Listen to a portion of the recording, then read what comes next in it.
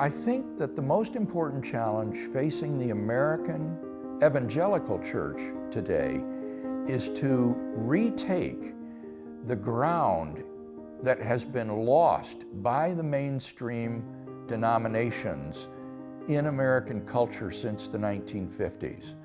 Over the last several decades, the old mainline denominations like the Episcopalians, the United Methodists, the Congregationalists, the Catholics, and so on, have been going into steep decline. They are losing members every year. Their seminaries are closing or coalescing to try to stay open.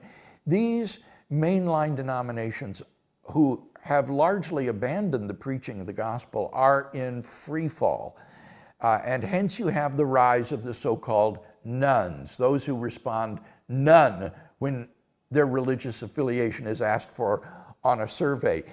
These formerly nominal Christians have, I think, come rightly to see that there's just no reason to give lip service to some sort of a religion that you don't really believe in. And there's no reason to participate in that kind of a religion.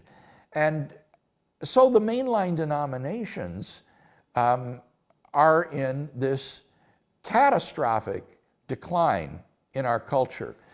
The result of this is that the influence of Christianity upon our culture has just waned in the kind of crudeness, violence, promiscuity, sexual explicitness, profanity, incivility that characterizes contemporary American culture. And I think that it is vitally important for the church to try to regain the ground that has been lost by the mainline denominations. They're not going to come back. But I think it is possible for evangelical Christians, through aggressive evangelism and effective apologetics and engagement with the public square, to commend biblical faith to people in such a way that could lead to revival and to a turning to God on the part of many people in our culture that would be a kind of leavening effect of Christianity on American culture.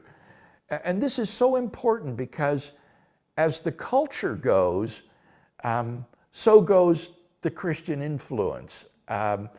Our culture will shape people's receptivity to the gospel. Jan and I lived for 13 years in Europe, in 4 different countries, and we saw there the effect of a culture of overwhelming secularism upon people's openness to the gospel. For many of these secularists, you might as well tell them to believe in fairies or leprechauns as in Jesus Christ. That's how absurd it appears to them. Now, in the United States, we have not drifted that far yet, but there is advancing secularism as a result of the collapse of the mainline denominations. And if we want the gospel to continue to be heard as a reasonable option for thinking men and women, I think it's vitally important that we reclaim this lost ground. And so I would urge every listener to this interview to be engaged culturally, whether on the internet or in grade school or high school, at the university, on the job, in letters to the editor, the newspaper, call-in, radio programs, whatever way you can, to be culturally engaged, to be salt and light for the gospel in a decaying culture.